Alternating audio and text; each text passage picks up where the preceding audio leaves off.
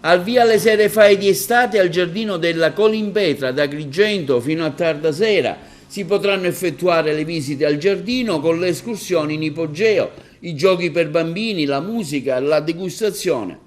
Da ieri è attivo anche dalle ore 18 una navetta che dal parcheggio del Museo Archeologico di San Nicola condurrà all'ingresso nord della Colimpetra in contrada San Marco. Questa novità è davvero importante, la stiamo sperimentando a partire da stasera. Su indicazione del direttore del Parco della Valle dei Templi, quest'anno abbiamo deciso che quella quota di visitatori che vengono esclusivamente al Giardino della Colimpetra per le nostre iniziative e riguarda in gran parte i residenti della nostra città e della provincia, invece che da Porta Quinta, come è stato sempre in passato, possono accedere attraverso una navetta dal parcheggio del Museo Archeologico. Perché questo? Per decongestionare Porta Quinta e rendere più comodo per tutti il viaggio, diciamo, ecco, il percorso fino alla Colimpetra. Poi siamo in tempi di Covid e quindi ecco, evitare assembramenti sapete benissimo che non è una necessità, ecco, ma è anche imposto dalla legge e noi dobbiamo osservare la legge.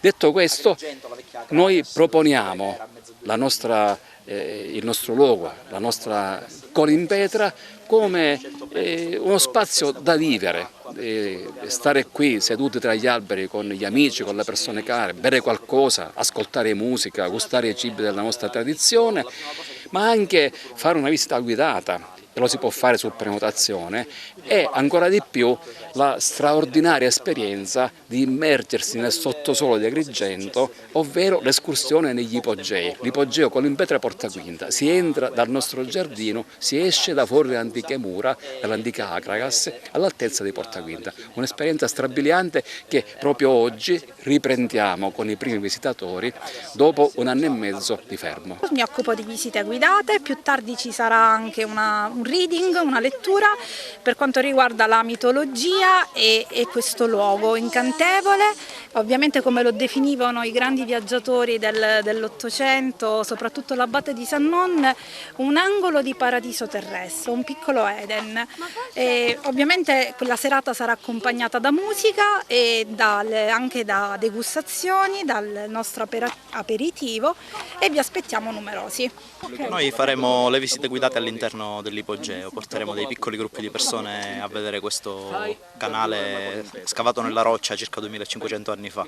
È un'esperienza molto particolare, credo che vada fatta almeno una volta nella vita, perché diciamo, arrivare nel sottosuolo non è una cosa che succede tutti i giorni e qui c'è la possibilità di farlo sempre praticamente ed è molto interessante. Ecco, da dove venite questa esperienza, cosa vi ha spinto a farla? Allora, noi veniamo da Bergamo, stiamo facendo un tour della Sicilia di 15 giorni e abbiamo scoperto l'ipogeo sui social e abbiamo deciso di visitarlo. Oltre alla... visiterete anche il giardino? Sì, visitiamo anche il giardino. No, molto bello, adesso vediamo com'è l'ipogeo. No, anche noi siamo turisti, veniamo da Venezia e ci eravamo informate prima per visitare gli apogei, abbiamo già fatto il museo, abbiamo già fatto i giardini oggi, meravigliosi. Complimenti veramente. Beh, hanno già detto tutto, devo dire che un ringraziamento al FAI che finalmente è riuscito a riaprire e a permettere a noi turisti di vedere questi spettacoli. Alle sere fai d'estate, Yasmin, come intratterrai il pubblico e cosa farai ascoltare loro? Questa sera intratterrò il pubblico facendo intanto della musica che richiama le nostre origini etniche mediterranee.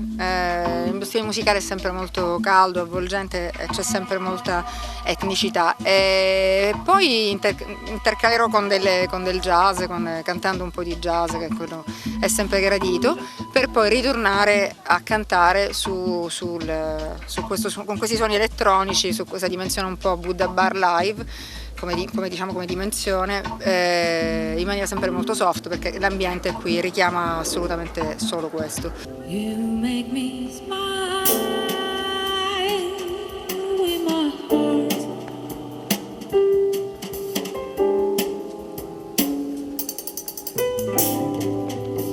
You're the cloud above.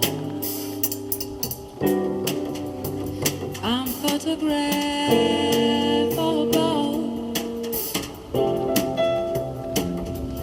make